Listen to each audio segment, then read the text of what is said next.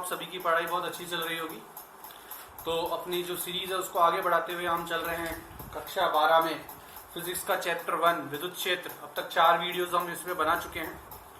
जो first video था हमने उसमें चार्ज के बारे में मतलब आवेश के बारे में पढ़ा था और अलग अलग वस्तुओं को किस प्रकार से आवेशित किया जाता है इसकी विधियों के बारे में देखा था। फिर सेकंड जो हमारा वीडियो था उसमें हमने आवेश के कुछ गुणधर्म देखे थे, जिसमें मुख्य तौर पे हमने जो है संयोजकता का नियम और निष्क्रियता का नियम, आवेशों के संरक्षण का नियम और क्वांटीकरण का नियम देखा था। उसके बाद में हमने कूलाम का नियम देखा तीसरे वीडियो में। चौथे वीडियो में हमने अध्यारोपण का सिद्धांत सीखा था। और अब आज जो है हम जो वास्तव में पाठ का नाम है विद्युत क्षेत्र, उसके बारे में पढ़ेंगे। तो आप अपनी कॉपी पेन वगैरह तैयार रखिए पहले लेक्चर जो हमारा जो लेक्चर स्टार्ट होने वाला है उसके लिए। तो चलिए अब हम देखते हैं विद्युत क्षेत्र। तो जैसा कि पाठ का नाम है विद्युत क्षेत्र, तो इसी विद्युत क्षेत्र के बारे में अब हमें पढ़ना है। और जैसा कि आप सभी को पता है कि अभी हमने इससे पहले जो कूलाम का नियम देखा था, इससे पहले हमने कूलाम के नियम में हमने क्या देखा था कि भाई कोई आवेश है, मान लीजिए प्लस क्यू का कोई आवेश है, एक और इधर कोई आवेश है प्लस या माइनस का जो भी है। तो ये जो आवेश है ये इस पे जो प्रति आकर्षण बल लगाएगा वो कितना होगा, F बराबर के Q1 Q2 बटे R स्क्वायर, जहां F क्या था, स्थिर विद्युत क्षेत्र, इलेक्ट्रोस्टैटिक फोर्स था। तो कूलाम के नियम में हमने इस बल के बारे में पढ़ा था। अब ये जो बल है इसका कारण क्या है, इस आवेश की उपस्थिति का कैसे पता लगा, इसको कैसे पता लगा कि हाँ भाई यहाँ पे एक आवेश है या इस पे बल लगाना है। समझ में आ रही बात, कैसे पता लगा, या इस आवेश को कैसे पता लगा कि इस पे इस दिशा में बल लगाना है, या इस आवेश को कैसे पता लगा इस दिशा में बल लगाना है, या अगर ये माइनस का है तो इस आवेश को कैसे पता लगा कि इसको आकर्षित करना है। समझ में आ रही बात। तो ये जो बल है इसका जो कारण है, वास्तविक जो कारण है, वो कारण हमें कौन बताता है, इसके बारे में हमें कौन बताता है, इस बल के बारे में वो हमें बताता है विद्युत क्षेत्र। तो कूलाम का जो नियम पढ़ा, उस कूलाम के नियम के पीछे जो हमने बल निकाला उस कूलाम के नियम से, उस बल के पीछे का कारण, रीजन जो है वो कौन बताता है, विद्युत क्षेत्र बताता है। आ रही बात आपको समझ में। चलिए तो थोड़ा इसको देखते हैं विद्युत क्षेत्र को, क्या होता क्या है दरअसल इसमें। तो देखिए, जब भी इस तरह से कोई चार्ज रखा जाते हैं, दो चार्ज रखे हुए, मान लो इनके बीच की दूरी है r, तो आपको पता है ये इस पे प्रति आकर्षण बल, या अगर ये माइनस का है तो आकर्षण बल, प्लस का है तो प्रति आकर्षण बल लगाएगा। तो एक्चुअल में होता क्या है, दरअसल होता क्या है कि प्रत्येक आवेश अपने चारों ओर विद्युत क्षेत्र उत्पन्न करता है। इस तरह से विद्युत क्षेत्र अपने चारों ओर उत्पन्न करेगा। अच्छा भाई, विद्युत क्षेत्र से आपको अगर 11th क्लास का एक टॉपिक याद आ रहा हो, गुरुत्वाकर्षण क्षेत्र पढ़ा था हमने 11th क्लास में, तो कुछ उसी से मिलता जुलता है विद्युत क्षेत्र। तो देखिए, आप लोग जो है 11th क्लास में की जो चीजें हैं उन्हें भी थोड़ा रिवाइज करते रहा करिए, थोड़ा पढ़िएगा गुरुत्वाकर्षण क्षेत्र के बारे में। अब आप लोग ये कहेंगे क्यों सर, अब तो हम 12th क्लास में, 11th क्लास गई, अब आप 11th क्लास का पढ़ने को क्यों कह रहे हो। तो देखो, कुछ चीजें तो ऐसी है जो आपको पढ़नी ही पड़ेगी, जैसे वेक्टर वगैरह है, उसके बिना तो काम चलेगा ही नहीं यहाँ। दूसरी बात, सिर्फ 12th पढ़ने के लिए थोड़ी यहाँ पर, या सिर्फ 12th ही थोड़ी पढ़नी है, 12th पढ़ने के बाद कहानी खत्म थोड़ी हो जाती है। आप में से कुछ बच्चे जो है, और मैं तो चाहूंगा कि आप सभी बच्चे जो है नीट की तैयारी करेंगे या जेई की तैयारी करेंगे, इंजीनियरिंग एंट्रेंस या मेडिकल एंट्रेंस के लिए तैयारी करेंगे, तो वहां पे आपको फिर से 11th क्लास का पढ़ना पड़ेगा पूरा। तो 11th क्लास से तो आप भाग नहीं सकते, पर अभी 12th के साथ उसको पढ़ना पूरा तो पॉसिबल नहीं है। तो आप क्या कर सकते हैं, जो टॉपिक 11th के 12th से रिलेटेड हैं, कम से कम उनको तो रिवाइज करिए। जैसे विद्युत क्षेत्र से संबंधित थोड़ा कूलाम के नियम से संबंधित गुरुत्वाकर्षण बल का फॉर्मूला था, विद्युत क्षेत्र से संबंधित थोड़ा क्या है, गुरुत्वाकर्षण क्षेत्र का फॉर्मूला, जो टॉपिक है वो है, वेक्टर है, इंटीग्रेशन, डिफरेंशिएशन, जो भी आप पढ़ के आए वहां पे कुछ जो बीच में चीजें आती जाएगी पहले से संबंधित, वो मैं बताता रहूंगा। तो आप अभी आपके पास काफी समय है, सबसे बेस्ट टाइम है ये पढ़ने का। शुरुआत से धीरे धीरे अपने कोर्स को आगे बढ़ाते जाइए। तो ये जो चीजें हैं इनको आप पढ़िए जरूर। 11th क्लास के टॉपिक से ये नहीं आप भागें, वो आप अगर आपको आगे कुछ करना है, आगे कोई बढ़िया आपको फील्ड में जाना है, भले ही वो मेडिकल का हो या इंजीनियरिंग का हो, तो 11th क्लास से पीछा नहीं छुड़वा सकते आप। समझ में आ रही है बात? चलिए, तो क्या होता है, कोई भी जो आवेश होता है वो अपने और चारों ओर क्या उत्पन्न करता है, एक विद्युत क्षेत्र उत्पन्न करता है। समझ में आ रही है बात? और जैसे ही दूसरा आवेश उस विद्युत क्षेत्र में आता है या उस विद्युत क्षेत्र के संपर्क में आता है तो क्या होता है, वो क्या महसूस करता है अपने ऊपर, बल। अब बल प्रति आकर्षण होगा या आकर्षण होगा, ये इनके चार्जेस पे डिपेंड करेंगे भाई, प्लस के हैं माइनस के हैं उसके ऊपर डिपेंड करेंगे, वो आपको पहले समझा चुका हूं मैं। तो वो जो आकर्षण या प्रति आकर्षण का जो बल जो महसूस करता है आवेश, उसे वो किसकी वजह से करता है, इस विद्युत क्षेत्र की वजह से। समझ में आ रही बात? तो प्रत्येक आवेश जो है उसके चारों ओर क्या उत्पन्न होता है, अपने चारों ओर क्या उत्पन्न करता है, विद्युत क्षेत्र उत्पन्न करता है। मैं लिख देता हूं इस लाइन को यहां पे, प्रत्येक आवेश अपने चारों ओर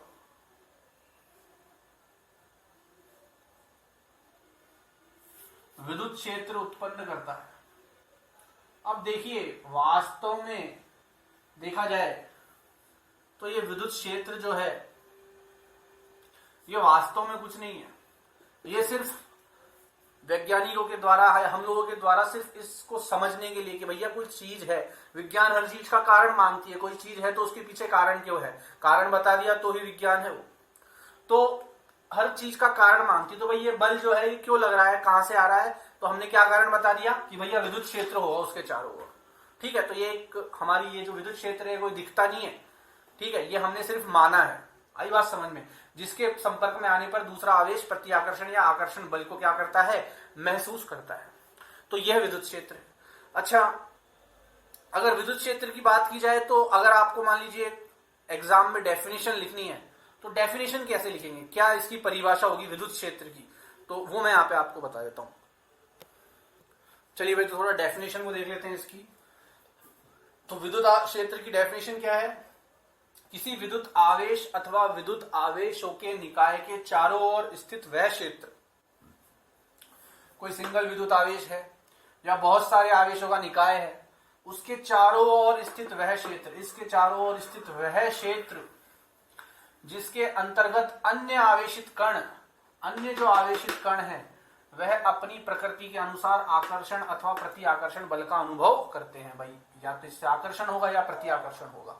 तो इस आकर्षण या प्रति आकर्षण बल का कारण कौन है, जिसके अंतर्गत या जिसके कारण अन्य आवेशित बल जो है, कण जो है वो अपनी प्रकृति के अनुसार आकर्षण अथवा प्रति आकर्षण बल का अनुभव करते हैं। तो विद्युत क्षेत्र ही वह कारण है, या यही वह विद्युत क्षेत्र के अंतर्गत ही प्रति आकर्षण या अति आकर्षण बल का अनुभव अन्य आवेशित कणों के द्वारा किया जाता है। बात आ गई समझ में? डेफिनेशन को नोट कर लीजिए। डेफिनेशन जो है, मान लीजिए अगर आपकी परीक्षा में आती है तो ये डेफिनेशन आप लिख सकते हैं और इस तरह से एक चित्र भी बना के बता सकते हैं। ठीक है, चलिए अब आगे देखते हैं। अब देखिए आगे जो हम देखेंगे कि भाई मैंने बताया कि कोई भी आवेश है प्लस क्यू है मान लीजिए, और इसके चारों ओर मैंने बता दिया कि भाई इसके चारों ओर कोई ना कोई ये जो है विद्युत क्षेत्र बनाता है। अब ये विद्युत क्षेत्र कितना होगा, इसकी मात्रा कितनी होगी, जैसे बल होता है तो 10 न्यूटन है, 5 न्यूटन है, भार है तो 5 किलो है, 10 किलो है, तो कितनी मात्रा में होगा विद्युत क्षेत्र, कितना होगा, यह ज्ञात करने के लिए हमें एक नई चीज सीखनी है जिसका नाम है विद्युत क्षेत्र की तीव्रता। विद्युत क्षेत्र की तीव्रता,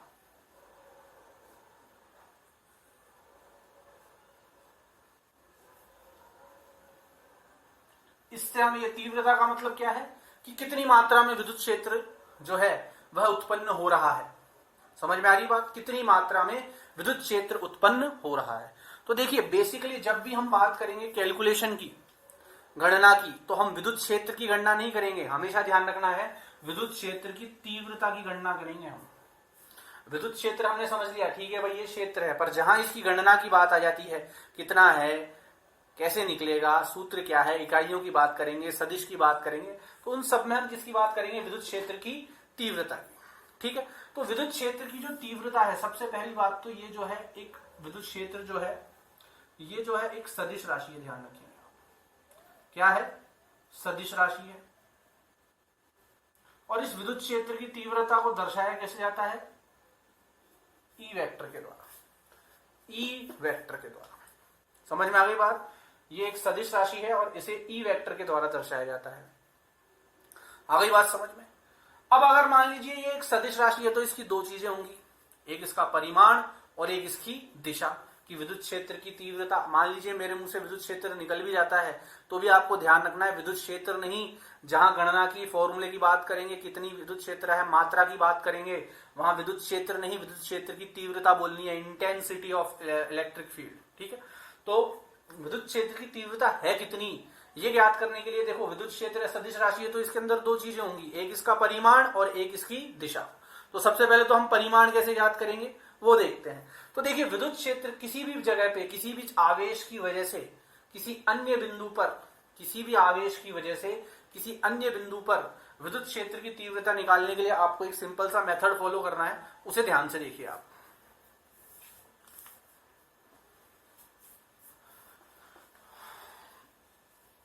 मान लीजिए ये एक आवेश है प्लस क्यू और ये प्लस क्यू का आवेश है, तो ये बात कंफर्म है कि ये अपने चारों ओर क्या बनाएगा, ये अपने चारों ओर क्या बनाएगा भाई, विद्युत क्षेत्र बनाएगा।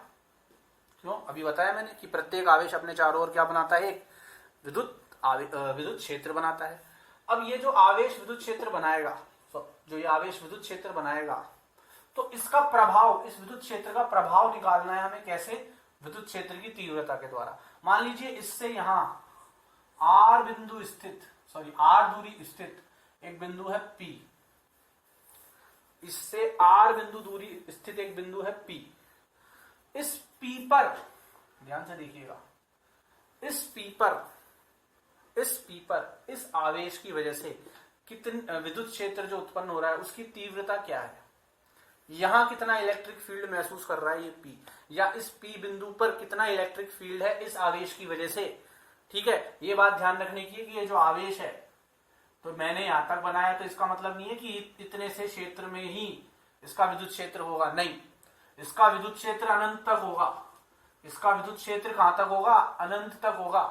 पर जैसे जैसे आप दूरी बढ़ाते जाओगे विद्युत क्षेत्र की तीव्रता कम होती जाएगी, फैलेगा ये अनंत तक। जैसे ग्रेविटेशन में हमने पढ़ा था, गुरुत्वाकर्षण क्षेत्र अनंत तक होता है, पर जैसे जैसे आप दूरी बढ़ाते जाएंगे, जैसे मान लीजिए बिंदु P पे याद कर रहा हूं तो दूरी तीव्रता ज्यादा होगी। अब और दूर चला गया, मैं यहां कोई बिंदु ले लिया Q, तो इस पे भी ये नहीं है कि यहाँ पे 0 हो जाएगी, तीव्रता तो होगी, क्योंकि विद्युत क्षेत्र जो है वो कहां तक फैली हुई रहता है, अनंत तक फैला हुआ रहता है। ठीक है, इसकी जो रेखा है कहां तक होती है, अनंत तक। तो यहाँ पे भी विद्युत क्षेत्र की तीव्रता होगी तो सही, पर यहाँ के मुकाबले कम होगी। तो जैसे जैसे दूरी बढ़ती है विद्युत क्षेत्र की तीव्रता कम होती जाती है। ठीक है, तो मान लीजिए मेरे को इस जगह पे, इस बिंदु P पर विद्युत क्षेत्र की तीव्रता ज्ञात करनी है, तो आपको हमेशा क्या ध्यान रखना है, एक तो जिस बिंदु की वजह से निकाल रहे हो आप वह बिंदु आवेश होगा। मैं शुरू से कहता आया हूं, कूलाम का नियम भी हमने किस पे लगाया था, बिंदु आवेश पे, और कूलाम के नियम की वजह से जो बल निकला उसी का कारण हम ज्ञात करने की कोशिश कर रहे हैं विद्युत क्षेत्र की मदद से। तो यहां भी आवेश कैसा होगा, बिंदु आवेश। और यहां आपको क्या करना है, एक परीक्षण आवेश रखना है Q0। हमेशा ध्यान रखो, हमेशा ध्यान रखो, किसी आवेश से, किसी आवेश की वजह से, किसी आवेश की वजह से किसी बिंदु पर अगर विद्युत क्षेत्र की तीव्रता ज्ञात करनी है तो इस बिंदु पर एक परीक्षण आवेश रख दो। परीक्षण आवेश क्या होता है, यहाँ पे आप ध्यान रखना, इसको हमेशा प्लस का लेते हैं। एक तो परीक्षण आवेश को हमेशा क्या लेते हैं, पॉजिटिव चार्ज।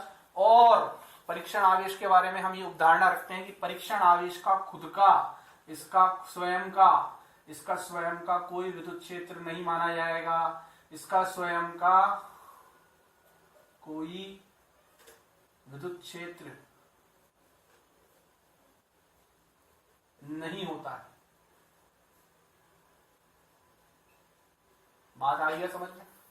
इसका स्वयं का विद्युत क्षेत्र नहीं होता परीक्षण आवेश का। अब ये परीक्षण आवेश जैसी वास्तव में कोई चीज नहीं है, ये तो सिर्फ हमने हमारी गणना आसान बनाने के लिए इसको एक मान लिया एक तरह से। ठीक है, वास्तव में परीक्षण आवेश जैसी कोई चीज नहीं होती है, सिर्फ हमारी गणना ज्ञात करने के लिए और विद्युत क्षेत्र की तीव्रता किसी बिंदु पर ज्ञात करने के लिए हमने ये एक अवधारणा की है, सिर्फ इसको माना है, काल्पनिक है, वास्तव में ऐसा कुछ नहीं होता। ठीक है, ये सिर्फ हमारी गणना करने के लिए है।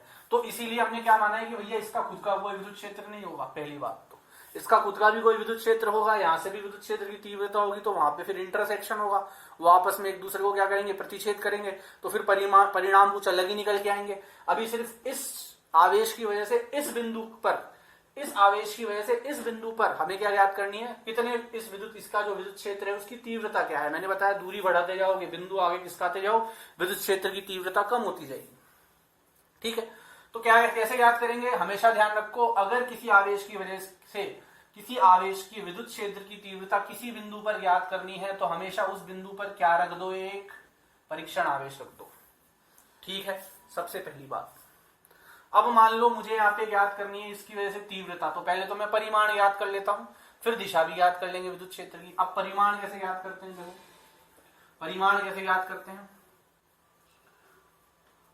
तो हमेशा ध्यान रखो परिमाण ज्ञात करने का फॉर्मूला है परीक्षण आवेश पर, परीक्षण आवेश पर क्या, परीक्षण आवेश पर जो बल है, परीक्षण आवेश पर जो बल है उसमें किसका भाग दे दो, परीक्षण आवेश के परिमाण का, परीक्षण आवेश के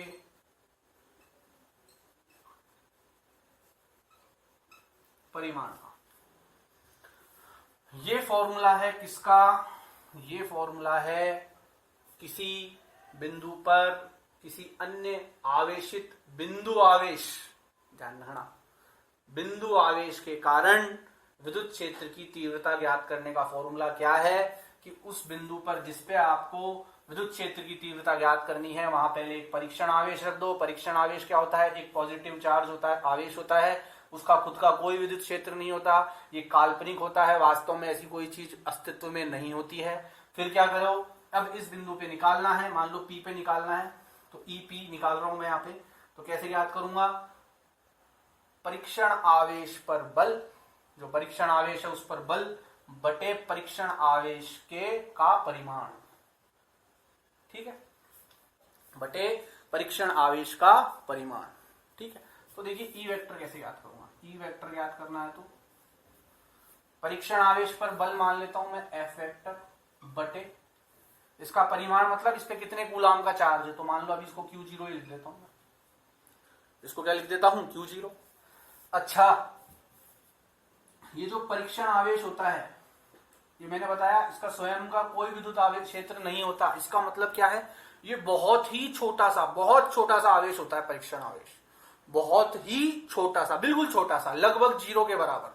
तो इसलिए यहां पे हम लिख देते हैं कि भैया ये जो परीक्षण आवेश है ये लगभग किसके समान है, 0 के समान है, या 0 की ओर अग्रसर है, लिमिट Q0 टेंड्स टू 0। ठीक है, कि परीक्षण आवेश जो है वो लगभग किसके बराबर है, 0 के, और इस वजह से इसका स्वयं का कोई विद्युत क्षेत्र नहीं है। बात आ गई समझ में। ये जो है किसका फॉर्मूला है, ये किसी बिंदु पर विद्युत क्षेत्र की तीव्रता ज्ञात करने का सूत्र है। पॉज करके इसको नोट कर लीजिए, फिर आगे देखते हैं। ठीक है भाई, तो अब देखिए ये जो फॉर्मूला मैंने आपको लिखवाया, Eb बराबर परीक्षण आवेश पर बल बटे परीक्षण आवेश का परिमाण, ये तो शाब्दिक रूप में है फॉर्मूला। अब गणितीय रूप में इस फॉर्मूले को कैसे लिख सकता हूं मैं, देखिए, तो मान लीजिए इस बिंदु P पर विद्युत क्षेत्र की जो तीव्रता मुझे ज्ञात करनी है वो कैसे ज्ञात करूंगा, मैंने बताया परीक्षण आवेश पर बल। अब ये जो परीक्षण आवेश है इस पे बल कैसे ज्ञात करूं भाई, कूलाम के नियम से। क्या होता है कूलाम का नियम, के क्यू बटे सॉरी के क्यू इंटू Q0 बटे इन दोनों में दूरी R स्क्वायर बटे परीक्षण आवेश का परिमाण। परीक्षण आवेश का परिमाण कितना होगा, Q0, Q0 से Q0 कट जाएगा तो कितना बचेगा, के क्यू बटे R स्क्वायर। ठीक है, तो EP क्या आ गया। अच्छा, इस फॉर्मूले को आप ऐसे भी लिख सकते हो, F बटे Q0। ठीक है, F ऑन परीक्षण आवेश पर बल बटे परीक्षण आवेश का परिमाण। परीक्षण आवेश पर बल कितना होगा, कूलाम के नियम से, ये आपको कहां से मिलेगा, कूलाम के नियम से मिलेगा।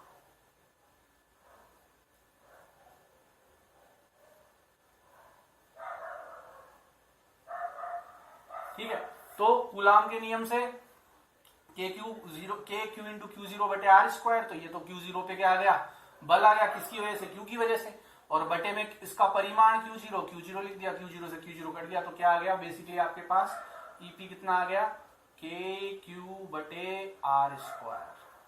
तो मैं अगर कहूं एक सिंपल सी बात इस फॉर्मूले को देख के, क्या कि किसी क्यू आवेश के कारण किसी बिंदु पी पर, जो बिंदु पी है वो इस क्यू आवेश से आर दूरी पर स्थित है, तो किसी क्यू आवेश पर के कारण या किसी क्यू आवेश का जो विद्युत क्षेत्र है उस विद्युत क्षेत्र की तीव्रता, तो किसी क्यू आवेश के कारण उत्पन्न विद्युत क्षेत्र की तीव्रता कहां, किसी बिंदु पी पर जो कि इससे कहां स्थित है, आर दूरी पर स्थित है, कितनी होगी, के इंटू क्यू बटे आर स्क्वायर। आया कैसे वो मैंने आपको ये बता दिया है फॉर्मूला, पर ये डायरेक्ट फॉर्मूला भी आप याद रख सकते हैं। तो ये कुछ बेसिक सी चीजें हैं, इसको आप ये भी याद कर सकते हैं, ये भी याद कर सकते हैं, ठीक है। वो तो एक दूसरे पर निर्भर करते हैं, आपके जो न्यूमेरिकल है उन पे डिपेंड करते हैं वहां क्या पूछ रहा है।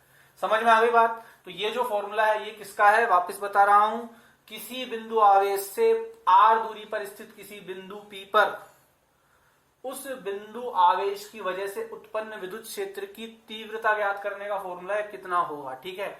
और ये जो मैंने ज्ञात किया है, ये क्या ज्ञात किया है, परिमाण। क्या ज्ञात किया है, परिमाण। अभी मैंने आपको क्या बताया, मैंने आपको ये बताया कि भैया विद्युत क्षेत्र जो है या विद्युत क्षेत्र की तीव्रता ये तो एक सदिश राशि है, तो परिमाण तो ऐसे ज्ञात कर लोगे आप, न्यूमेरिकल वैल्यू जो आंकिक मान है वो तो आप ऐसे ज्ञात कर लेंगे। दिशा कैसे ज्ञात करेंगे, तो दिशा ज्ञात करने का बड़ा सिंपल सा तरीका है, इसको नोट कर लीजिए पॉज करके, फिर दिशा ज्ञात कर। तो देखिए दिशा कैसे ज्ञात करेंगे, इसको मिटा देता हूं। अब विद्युत क्षेत्र की तीव्रता की या विद्युत क्षेत्र की दिशा क्या होगी, ये किस पे निर्भर करेगा, ये निर्भर करेगा इसके आवेश के प्रकार पर, कि यहाँ जो आवेश हम ले रहे हैं यह प्लस क्यू है या माइनस क्यू, उसी पे क्या निर्भर करेगी इसकी दिशा। तो क्या लिख सकता हूं मैं यहाँ पे, मैं लिख सकता हूं कि भाई अगर मान लो प्लस क्यू है तो विद्युत क्षेत्र की दिशा क्या होगी, बाहर की तरफ, बाहर की ओर, रेडियली आउटवर्ड्स, ठीक है, रेडियली आउटवर्ड्स या त्रिज्यीय रूप से बाहर की ओर, ठीक है, त्रिज्यीय रूप से बाहर की ओर। कब, जब क्या होगा प्लस, तब तो त्रिज्यीय रूप से बाहर की ओर। और अगर माइनस होगा तो माइनस का चार्ज लेंगे तो इसकी विद्युत क्षेत्र की तीव्रता की या विद्युत क्षेत्र की दिशा क्या होगी, अंदर की ओर होगी। ध्यान रखना, विद्युत क्षेत्र किस तरफ होगा, दिशा क्या होगी विद्युत क्षेत्र की, अंदर की ओर। कब, जब माइनस लेंगे तो। अरे भाई सीधी सी बात है, जब प्लस लेंगे तो ये खुद भी प्लस का है। परीक्षण आवेश जो है वो हमेशा मैंने काय का बताया आपको, प्लस का बताया। परीक्षण आवेश हमेशा किसका लेना है, प्लस का। अब यहाँ प्लस होगा तो ये इसको बाहर की तरफ धकेलेगा, बाहर की तरफ धकेलेगा मतलब बल कहाँ रहेगा, बाहर की ओर। और जो बल की दिशा होगी वही किसकी दिशा होगी, इलेक्ट्रिक फील्ड की या विद्युत क्षेत्र की। इसकी जगह पे मैं यहाँ माइनस ले लूंगा तो ये तो अभी भी प्लस ही रहेगा, परीक्षण आवेश हमेशा प्लस का रहेगा। तो अब ये क्या करेगा, इसको आकर्षित करेगा। आकर्षित करेगा तो दिशा कौन सी होगी फिर, ये वाली। बल की दिशा कौन सी होगी, ये वाली। बल की दिशा ये होगी तो विद्युत क्षेत्र की दिशा भी यही होगी। तो आप कह सकते हैं कि विद्युत क्षेत्र की दिशा, विद्युत क्षेत्र की दिशा या विद्युत क्षेत्र की तीव्रता की दिशा वही होती है जो परीक्षण आवेश पर लगने वाले बल की होती है।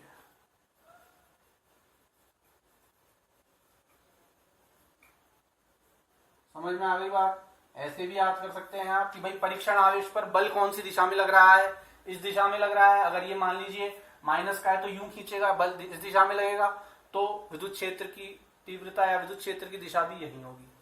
अगर ये प्लस का है तो इसको बाहर भगाएगा, उस तरफ धकेलेगा, उस तरफ धकेलेगा तो विद्युत क्षेत्र की दिशा भी यही होगी। तो कैसे भी याद कर लीजिए कि भाई प्लस में तो बाहर की तरफ जाते हैं, माइनस में अंदर की तरफ, या तो ऐसे याद रख लो, या उसकी दिशा याद करने का दूसरा तरीका क्या है कि भैया जो परीक्षण आवेश पर बल लग रहा है उसी की दिशा के समान किसकी दिशा होगी, विद्युत क्षेत्र की दिशा होगी। तो ये आ गई विद्युत क्षेत्र की दिशा की बात। अब इसको ढंग से लैंग्वेज में सेट करना है, तो ये चीज जो है सब आपको बुक में लैंग्वेज के रूप में दी हुई है, वहां से लैंग्वेज पिक करो, जो मैंने समझाया उसको पिक करो और अपनी भाषा में बढ़िया शानदार नोट्स बना डालो। वही नोट्स आपको आपके सबसे ज्यादा काम आएंगे। किसी और के बनाए हुए नोट्स कभी काम नहीं आते हैं। किसी और के बनाए हुए नोट्स आपको थोड़ी सी गाइडेंस दे देंगे, लेकिन पक्के तौर पर परीक्षा के लायक लिखने के लिए अपने आप को तैयार करना है तो टीचर की समझी हुई बात और किताब में लिखी हुई भाषा दोनों को मिला के जो एक बेहतरीन नोट्स बना पाता है वही बच्चा परीक्षा में बढ़िया तरीके से उत्तर लिख पाता है। परीक्षा में आपको क्या आता है इससे आपको नंबर नहीं मिलते हैं। जो आपको आता है उसको आप किस तरीके से प्रदर्शित कर पा रहे हो, कितने अच्छे तरीके से प्रदर्शित कर पा रहे हो, वो आपको नंबर दिलाएगा। और ये तरीका कैसे आएगा, ये तरीका किसी के सिखाने से नहीं आएगा, ये तरीका खुद को लगातार प्रैक्टिस से सीखना पड़ेगा। अभी से प्रैक्टिस कीजिए। जैसा कि मैंने बताया यही सबसे बढ़िया टाइम है पढ़ने का। अभी से पढ़ाई स्टार्ट करिए। कुछ बच्चे सोचते हैं बोर्ड के 5 महीने पहले कर लेंगे, 4 महीने पहले कर लेंगे, तो वहां पे समय नहीं होता इतना। फिर हम जल्दीबाजी में कोर्स को खींचते हैं और जल्दीबाजी में किया गया कार्य कभी भी सफलता की ओर नहीं लेके जाता है। अभी से ये जो टाइम है बिल्कुल सही टाइम है। धीरे धीरे कोर्स को खींचिए, ज्यादा जल्दीबाजी अभी दिखाने की जरूरत नहीं है। समझते हुए चलिए, अपने नोट्स तैयार करते हुए चलिए, और सबसे महत्वपूर्ण बात क्या है, रिवीजन करते चलिए समय समय पर, मतलब रेगुलर इंटरवल ऑफ टाइम में, एक निश्चित समय अंतराल में इसका जो है रिवीजन करते चलिए। ठीक है, तो ये हमने बात कर ली विद्युत क्षेत्र की तीव्रता की। हमने परिमाण भी याद कर लिया। परिमाण क्या होता है, KQ/R², या और क्या कह सकते हैं, F वेक्टर बटे Q0, जहां Q0 जो है वो लगभग किसके बराबर होता है, 0 के। बहुत छोटा सा आवेश होता है और उसका खुद का कोई भी विद्युत क्षेत्र नहीं होता है। बात आ गई समझ में आपके। चलिए अब जो है हम इसको देख लेते हैं सदिश रूप में। इसको किस रूप में देख लेते हैं, सदिश रूप में। लेकिन सदिश रूप में सदिश रूप में देखने से पहले जो मैंने आपको यहाँ पे कुछ पॉइंट्स में जो बातें बताई उनको मैं अलग से पॉइंट्स में और लिख देता हूं। तो एक बार इसको आप कॉपी करके नोट कर लीजिए, पॉज करके फिर आगे देखते हैं। चलिए, तो ये अभी तक हमने जो पढ़ा है उसका एक समरी है पूरा। प्रत्येक आवेश अपने चारों ओर विद्युत क्षेत्र बनाता है। Q0 परीक्षण आवेश एक बहुत छोटा बिंदु आवेश होता है। यह सदैव पॉजिटिव लिया जाता है। इसका स्वयं का कोई विद्युत क्षेत्र नहीं होता है, जो मैंने परीक्षण आवेश के बारे में आपको बताया था। किसी आवेश के चारों ओर का विद्युत क्षेत्र जो होता है वो अनंत तक फैला होता है। मैंने आपको बताया था कोई भी आवेश है उसके चारों ओर जो विद्युत क्षेत्र होगा वो अनंत तक होगा। ऐसा नहीं है कि किसी बिंदु पे जाके बहुत दूर जाके 0 हो जाएगा, नहीं, अनंत तक है वो। बस जैसे जैसे दूरी बढ़ती है, दूरी बढ़ने पर उसकी तीव्रता कम होती जाती है, उसका असर कम देखने को मिलता है। ठीक, विद्युत क्षेत्र की तीव्रता सदिश राशि होती है। फॉर्मूला ये होता है F/Q0। F क्या है यहाँ पे, ये F किसके ऊपर लगने वाला, परीक्षण आवेश के ऊपर लगने वाला बल। कैसे याद किया था, कूलाम के नियम से। उसको हमने ये भी लिख दिया था। यहाँ Q क्या है, वह आवेश। अच्छा, ये Q जो है यह भी बिंदु आवेश होगा, ध्यान रखना।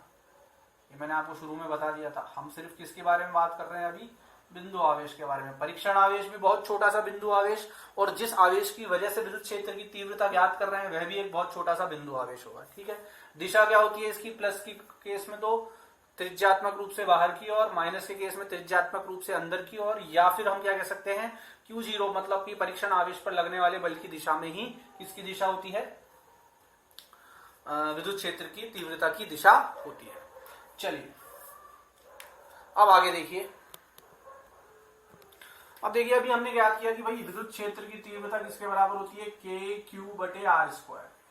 अच्छा, K का मान क्या डाल सकता हूं मैं, क्या होता है 1/4 पाई एप्सिलॉन नॉट। कब, जब निर्वात या वायु में वो आवेश रखा हुआ है, और अगर किसी माध्यम में रखा हुआ है तो उसके हिसाब से आयाम लगा देंगे, वो आपने पढ़ लिया है पहले। अच्छा, इसमें हमारा, मैं भूल गया था, एक टॉपिक रह रहा है अभी इसी पे आधारित। तो हमारा जो अगला टॉपिक होगा वो यही होगा, परावैद्युतांक या फिर परमिटिविटी। ठीक है, तो इसको भी हम देख लेंगे। फिलहाल इसमें देखिए K का मान 1/4 पाई एप्सिलॉन नॉट लिख देता हूं, क्योंकि ज्यादातर हम निर्वात या वायु में ही बात करते हैं, R²। अब देखिए इसमें 1/4 pi epsilon not R², Q/R²। अब इसमें जो है सबसे पहली बात तो यहां भी जो मैंने आपको कूलाम के नियम में बताया था, व्युत्क्रम वर्ग का नियम,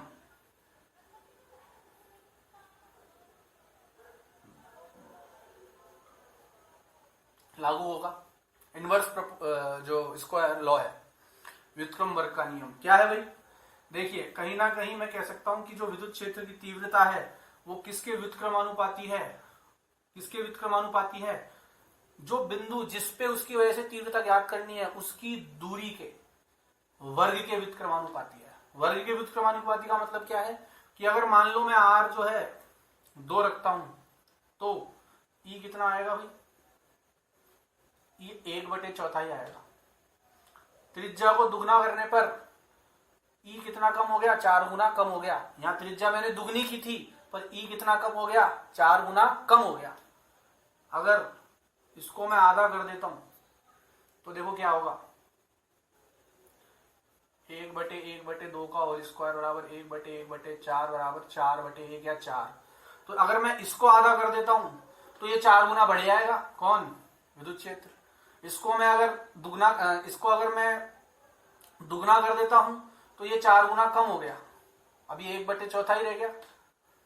इसको अगर मैं आधा कर देता हूं त्रिज्या को तो ये 4 गुना बढ़ गया। तो यहाँ कौन सा नियम लग रहा है? व्युत्क्रम वर्ग का नियम लागू हो रहा है। मतलब यहाँ हम 2 गुना बढ़ा रहे हैं तो वो 4 गुना कम हो रहा है। यहाँ हम आधा कर रहे हैं तो वो 4 गुना बढ़ रहा है। काफी ज्यादा तेजी से अंतर आ रहा है। तो इसके लिए आपकी किताब में एक ग्राफ दिया हुआ है आपको, किस किस के बीच में? विद्युत क्षेत्र की तीव्रता, इलेक्ट्रिक फील्ड और दूरी के बीच में। अच्छा ये दूरी है कौन सी? ये कई बार बता चुका हूं मैं दूरी कौन सी है। जिस बिंदु की आप तीव्रता ज्ञात कर रहे हैं तो किस बिंदु पर ज्ञात कर रहे हैं? उस बिंदु और इस आवेश के बीच की दूरी। जिस आवेश की विद्युत क्षेत्र की तीव्रता आप ज्ञात कर रहे हैं और जिस बिंदु पर ज्ञात कर रहे हैं उन दोनों के बीच की दूरी। तो ये ग्राफ कैसे क्या बतलाता है? ये ग्राफ कुछ इस तरीके से बना हुआ है, देखिए।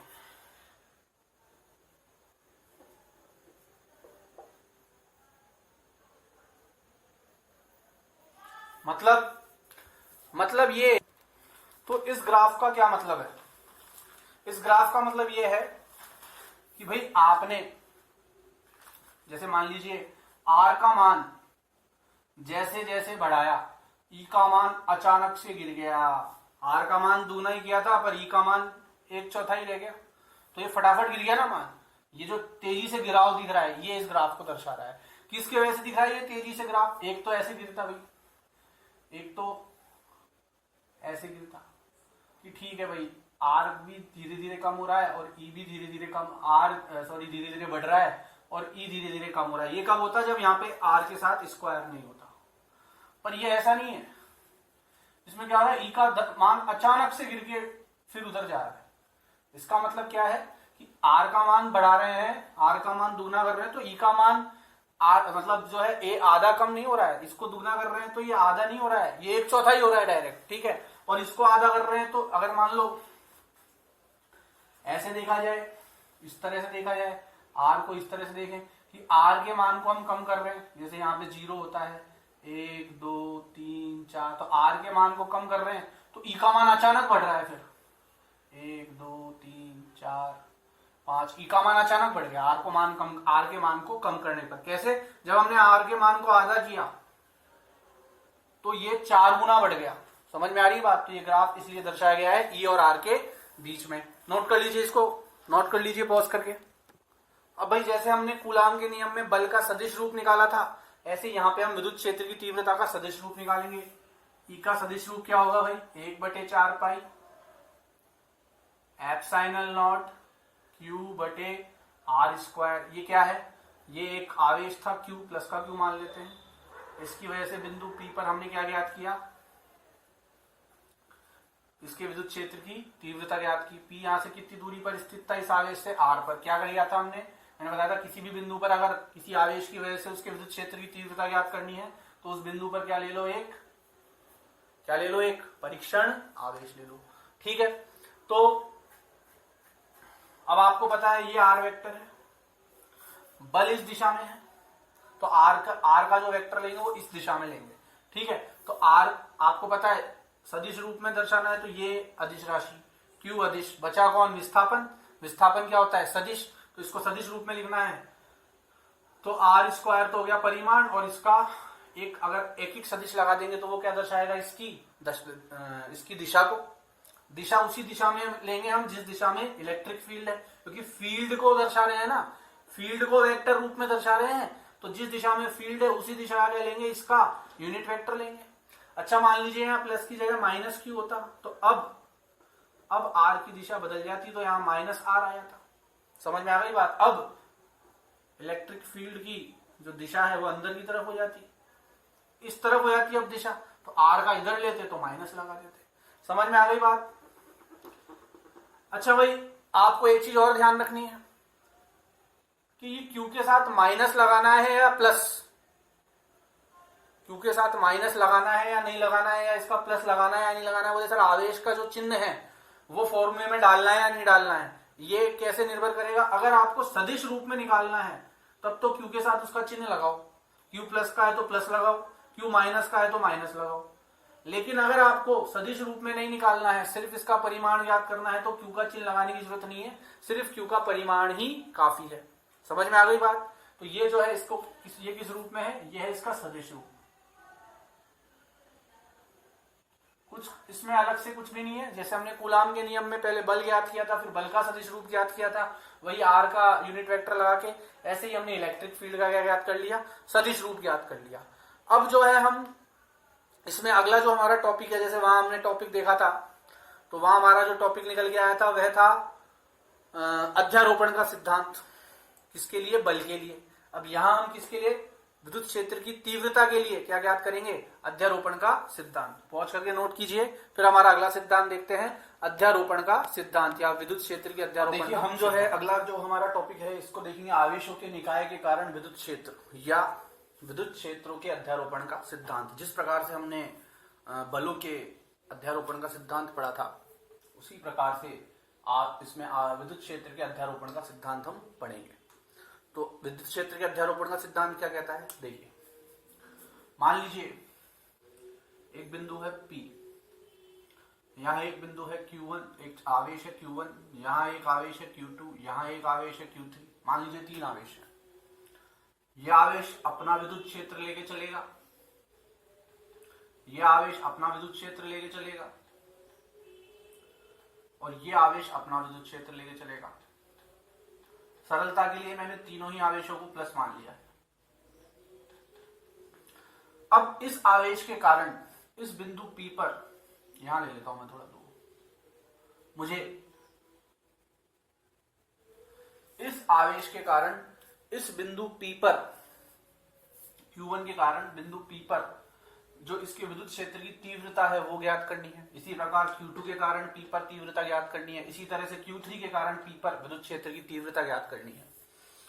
तो देखिए मान लीजिए इसकी यहां से जो दूरी है मैं मान लेता हूं R। अच्छा, आपको मैंने पहले बता दिया था, किसी बिंदु पर किसी आवेश की वजह से विद्युत क्षेत्र की तीव्रता ज्ञात करनी है तो उस बिंदु पर क्या रख दो, एक परीक्षण आवेश, जो हमेशा क्या होता है, पॉजिटिव होता है। क्या होता है, पॉजिटिव। तो मान लो इस आवेश से इस बिंदु की दूरी R01, इस आवेश से इस बिंदु की दूरी R02, और इस आवेश से इस बिंदु की दूरी R03। समझ में आ गई बात। इस आवेश से इस बिंदु की दूरी R01, इस आवेश से इस बिंदु की दूरी R02, और इस आवेश से इस बिंदु की दूरी R03। हम तीनों आवेशों के कारण इस बिंदु पर जो विद्युत क्षेत्र की तीव्रता उत्पन्न होगी वो अलग अलग ज्ञात करेंगे। फिर हम देखेंगे कि टोटल नेट या कुल विद्युत क्षेत्र की तीव्रता इन तीनों की वजह से कैसे ज्ञात करेंगे। अध्यारोपण का सिद्धांत हमें यही बताता है कि किसी एक बिंदु पर एक से अधिक आवेशों के कारण उत्पन्न विद्युत क्षेत्र की तीव्रता का परिमाण या रिजल्टेंट क्या होता है, ठीक है, पर इसका टोटल इफेक्ट क्या पड़ेगा, या कुल जो इसका इसकी विद्युत इन तीनों आवेशों के कारण विद्युत क्षेत्र की तीव्रता है वो कितनी होगी, ये हम ज्ञात करेंगे इस बिंदु P के लिए। तो जैसा कि मैंने बताया था कि विद्युत क्षेत्र की तीव्रता किसी बिंदु के लिए ज्ञात करनी है तो इस बिंदु पे क्या रख दो, एक परीक्षण आवेश जो हमेशा क्या होता है, पॉजिटिवली चार्ज, इसके बारे में मैं आपको बता चुका हूं। तो अध्यारोपण का सिद्धांत ये कहता है कि मान लो इस बिंदु आवेश के कारण, इस बिंदु आवेश के कारण इस बिंदु पर मान लो विद्युत क्षेत्र की तीव्रता है E1 वेक्टर, इसके कारण इस पे विद्युत क्षेत्र की तीव्रता है E2 वेक्टर, इसके कारण इस पे विद्युत क्षेत्र की तीव्रता है E3 वेक्टर, एक के कारण E1, दो के कारण E2 और तीन के कारण E3 मान लिया हमने। ठीक है, जैसे वहां हम बल मानते थे, पर बल में तो क्या मानते थे, बल 0 पे 1 के कारण F01, 0 पे 2 के कारण F02, 0 पे 3 के कारण F03, बट यहां पे हम बात कर रहे हैं विद्युत क्षेत्र की तीव्रता की, तो E1, E2, E3, इसके कारण और इसके कारण। ठीक है, तो ये कहता है, ये जो नियम है, ये जो सिद्धांत है अध्यारोपण का, ये क्या कहता है कि किसी बिंदु पर बिंदु आवेशों के समूह के कारण जो विद्युत क्षेत्र की तीव्रता होगी वो इस बिंदु पर प्रत्येक बिंदु के आवेश के कारण तीव्रता के सदिश योग के तुल्य होगी। समझ में आ गई बात? तो मान लो इन तीनों के कारण जो इस बिंदु P पर विद्युत क्षेत्र की तीव्रता है E, वो किसके बराबर होगी, इन तीनों की वजह से इस बिंदु पे लगने वाली या इस बिंदु पे जो विद्युत क्षेत्र की तीव्रता है उनका सदिश योग।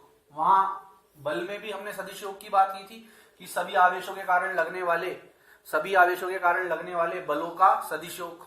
यहां हम विद्युत क्षेत्र की तीव्रताओं का क्या ले रहे हैं, सदिश योग। चलिए, तो मैं इस सिद्धांत, यहाँ पे जो अध्यारोपण का सिद्धांत है इसकी परिभाषा मैं यहां लिख देता हूं, फिर हम आगे बढ़ते हैं। तो देखिए अध्यारोपण का सिद्धांत क्या कहता है, किसी बिंदु पर बिंदु आवेशों के समूह के कारण, बिंदु आवेशों का ये जो समूह है इसके कारण विद्युत क्षेत्र की तीव्रता उस बिंदु पर प्रत्येक बिंदु आवेश के कारण तीव्रता के सदिश योग के तुल्य होती है। तो इस बिंदु पर इस पूरे समूह के या इस आवेशों के समूह के कारण जो विद्युत क्षेत्र की तीव्रता है वो कितनी होगी, प्रत्येक आवेश के कारण जो विद्युत क्षेत्र की तीव्रता है उसके सदिश योग के बराबर। ठीक है, मैंने क्या मान लिया था कि बिंदु P पर विद्युत क्षेत्र की तीव्रता इन पूरे समूह की वजह से EP है, तो ये EP किसके बराबर होगा, प्रत्येक आवेश के कारण जो विद्युत क्षेत्र की तीव्रता है उनके सदिश योग के बराबर। ये लाइन याद रखने की जरूरत है, सदिश योग कहां है, ये रहा सदिश योग, इंपॉर्टेंट, वेरी इंपॉर्टेंट किस नजरिए से, अभी भाषा के रूप में और इसको भाषा के रूप में फॉर्मूले के रूप में लिखने में तो हमें कोई समस्या नहीं है, परंतु जब न्यूमेरिकल आएगा तो सदिश की पूरी जानकारी होनी चाहिए। समझ में आ गई बात?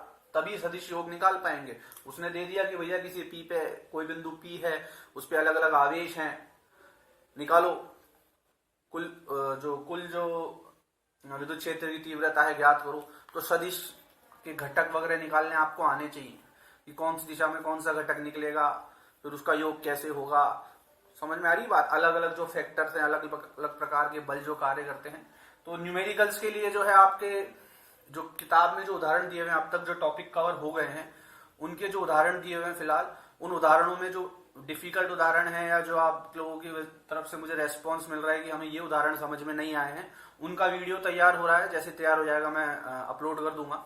और भी कोई समस्या है आपको, अब तक जो टॉपिक कवर हो गए हैं या इस टॉपिक के अब जो न्यूमेरिकल आप करेंगे उसमें कोई भी समस्या है, तो आप लोगों को क्या करना है, मुझे या तो यहाँ पे कमेंट बॉक्स में कमेंट करके बताइए या ग्रुप में आप मैसेज भेज सकते हैं। जो भी आपकी मैसेज आएगा, जो भी समस्या होगी उसके संबंधित वीडियो मैं यहाँ पे बना दूंगा। ठीक है, बाकी जो और जो टॉपिक्स हैं, उदाहरण है, जो उदाहरण है और टॉपिक्स के, जो पहले के जो टॉपिक्स हैं उनके जो उदाहरण दिए हुए हैं, उनमें जो मुश्किल जो आपको लग रहे थे या जिनमें आपको समस्या आ रही थी, उनके मैं बना रहा हूँ वीडियो, उसका एक वीडियो तैयार हो रहा है अलग से, जैसे वीडियो कंप्लीट हो जाएगा वो मैं अपलोड कर दूंगा। चलिए, अब ये तो बात हो गई साधारण भाषा में, साधारण तौर पे इसको समझने के लिए। अब आपको क्या करना है, आपको किताब के नजरिए से भी देखना है एक बार कि किताब में जिस तरह से समझाया हुआ है, किताब में जो डेरिवेशन दी गई है वो भी हम करें। ठीक है, तो चलो किताब वाली डेरिवेशन भी देख लेते हैं, पॉज करके नोट कर लीजिए इसको, फिर आगे बढ़ते हैं। तो देखिए जिस हिसाब से किताब में इसको समझाया गया हम देख लेते हैं। देखिए किताब में क्या किया गया है, वही एक कार्तीय तल लिया है उसने स्पेस में, ठीक है। तो उसमें बेसिकली किया गया है, उसमें 3 बिंदु लिए हैं, Q1, मान लो एक बिंदु यहां पे ले लेता हूं Q2, Q1, Q2, Q3, Q4 ऐसे करते करते उसने कहां तक लिया है, Qn तक लिया है। Q1, Q2 से लेके Qn तक उसने बिंदु लिए हैं और एक बिंदु उसने यहां पे P ले लिया, ठीक है। और इस बिंदु P पर इस आवेशों के निकाय के कारण जो विद्युत क्षेत्र की तीव्रता होगी वो ज्ञात करनी है, ठीक है। मान लो Q1 से जो दूरी है, अच्छा मैंने बताया था अगर इस पे ज्ञात करनी है तो यहाँ पे क्या रख देंगे हम, परीक्षण आवेश रख देंगे Q0। यहां से ज्ञात करनी है, यहां से ज्ञात करनी है, यहां से ज्ञात करनी है।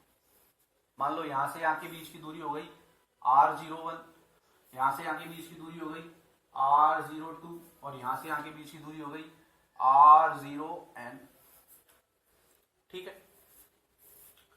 अब आपको क्या ज्ञात करना है, इस बिंदु P पर इस पूरे निकाय के कारण विद्युत क्षेत्र की तीव्रता। तो अध्यारोपण के सिद्धांत के अनुसार वो कैसे ज्ञात करेंगे, प्रत्येक आवेश के कारण जो विद्युत क्षेत्र की तीव्रता है उन सबका सदिश योग। तो मान लो इस पूरे निकाय के कारण, माना पूरे या माना आवेशों के निकाय के कारण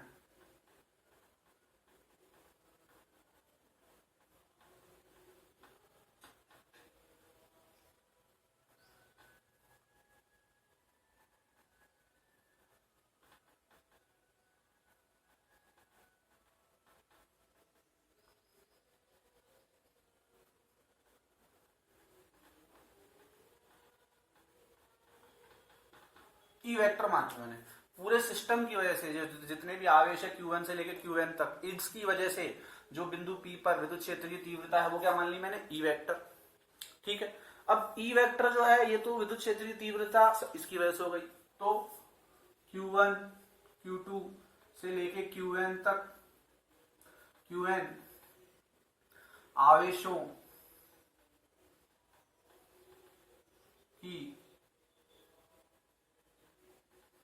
Q1, Q2 से लेके Qn तक आवेशों की जो विद्युत क्षेत्र की तीव्रता है किस पर, बिंदु P पर। तो Q1, Q2 से लेके Qn आवेशों के कारण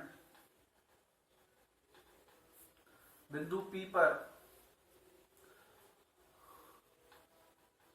विद्युत क्षेत्र की तीव्रता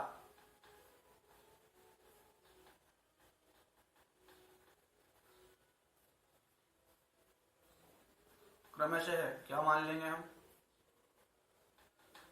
E1 वेक्टर, E2 वेक्टर से लेके En वेक्टर तक। और अध्यारोपण के सिद्धांत के अनुसार, यहां लिख देना, अध्यारोपण के सिद्धांत के अनुसार E वेक्टर किसके बराबर होगा, E1 vector plus E2 vector से लेके प्लस En वेक्टर तक।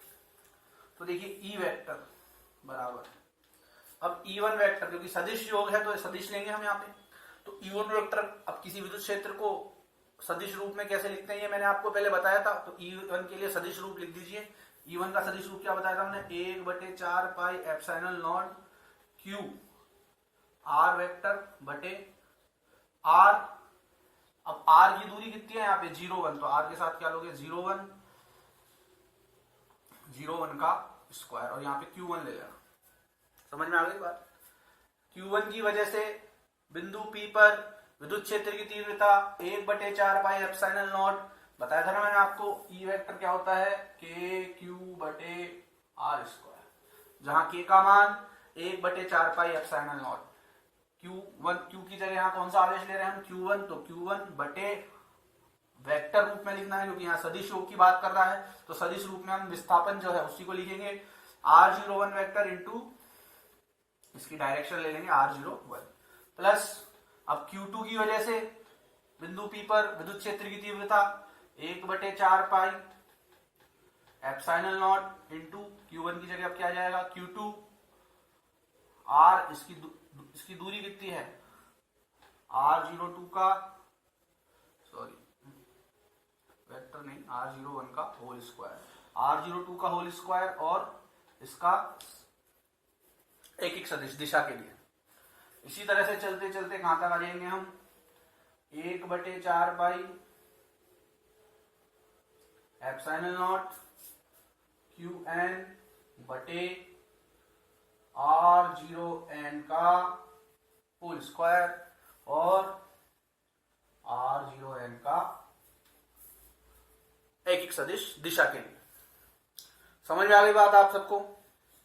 ठीक है, अब देखिए इसी को आगे कंटिन्यू कर लेते हैं।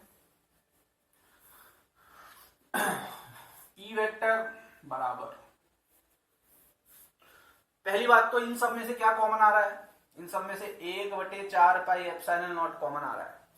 1/4 पाई एप्सिलॉन नॉट सभी में कॉमन आ रहा है। ठीक है, तो जब सब में से 1/4 पाई एप्सिलॉन नॉट कॉमन आ रहा है तो कॉमन ले लो।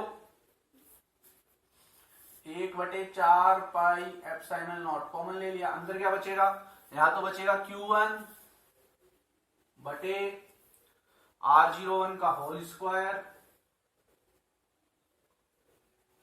मॉड R01 का होल स्क्वायर इंटू इसका एक सदिश प्लस Q2 बटे R02 का होल स्क्वायर इंटू R02 का एक सदिश, और ये कहां तक चलेगा, प्लस QN बटे R0N का होल स्क्वायर इंटू R0N का एक सदिश।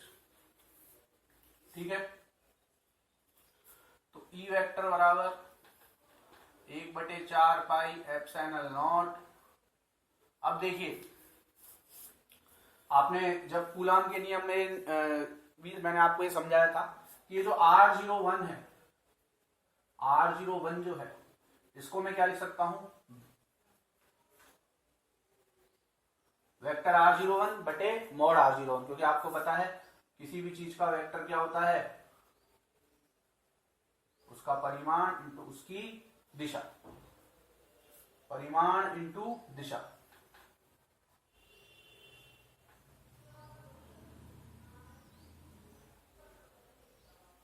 ठीक है, तो अगर यहां से मेरे को R01 कैप का मान ज्ञात करना है, R01 कैप का मान ज्ञात करना है, तो ये इधर आ जाएगा, तो इसको इधर लिया है, तो इसका मतलब R01 कैप की जगह मैं क्या लिख सकता हूं, ये लिख सकता हूं, तो ये लिख देता हूं यहां पे। तो Q1 बटे R01 का ये तो हो जाएगा होल क्यूब और वहां आ जाएगा R01 का वेक्टर। कैसे आ जाएगा, समझ में आएगा, समझ में आया कैसे आएगा ये, 1/4 pi epsilon not Q1 R01 की जगह मैंने लिख दिया R वेक्टर बटे R01 का मॉड, तो मॉड स्क्वायर से गुणा हो तो क्यूब बन जाएगा। ऐसे ही Q2 बटे R02 का होल क्यूब इंटू R02 का वेक्टर, और ये कहां तक ऐड होगा, ये एक ही लाइन में लिखना है, मेरे पास जगह कम है इसलिए मैं नीचे लिख रहा हूं इसको, QN बटे R0N का होल क्यूब इंटू R0N का वेक्टर। ठीक है, अब आपको क्या, इसको एक बार नोट कर लीजिए आप पॉज करके, फिर आगे इसको देख लें।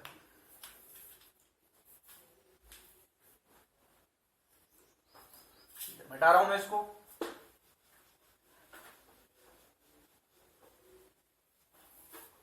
तो देखिए E वेक्टर बराबर 1/4 पाई एप्सिलॉन नॉट। अब देखिए ये जो Q1 है, यहां Q1 है, Q2 है, कहां तक जा रहा है, QN तक, तो वो इसको मैं समेशन के रूप में लिख देता हूं, सिग्मा लगा के योग लिख देता हूं। ठीक है, तो Q1 कहां तक जुड़ रहा है, QN तक, तो इधर लिख देता हूं मैं QI बटे ये R01 का होल क्यूब, R02 का होल क्यूब कहां तक जाएगा, R0N के होल क्यूब तक, तो इसको मैं लिख देता हूं R0I का होल क्यूब इंटू ये कहां तक जा रहा है, R01 का वेक्टर प्लस R02 का वेक्टर प्लस R03 का वेक्टर, तो कहां तक जाएगा ये R0I का वेक्टर, जहां I कहां से कहां तक है, 1 से लेके N तक। ठीक है, तो इसे योग के रूप में लिख दिया मैंने, और ये क्या है आपका अध्यारोपण का सिद्धांत आ गया। समझ में आ गई बात? तो ये बिल्कुल सिंपल है, जैसा आपने पहले देखा था कूलाम के नियम में, बिल्कुल वही नियम लगाना है इसमें, सॉरी बलों के लिए अध्यारोपण का जो सिद्धांत देखा था आपने, आवेशों के लिए अध्यारोपण का सिद्धांत, उसी तरह से आपको इस विद्युत क्षेत्र के अध्यारोपण के सिद्धांत को करना है। समझ में आ गई बात? तो इसको कॉपी कर लीजिए। अगला जो टॉपिक होगा हमारा वो होगा विद्युत क्षेत्र की रेखाएं, वो हम नेक्स्ट क्लास में लेंगे।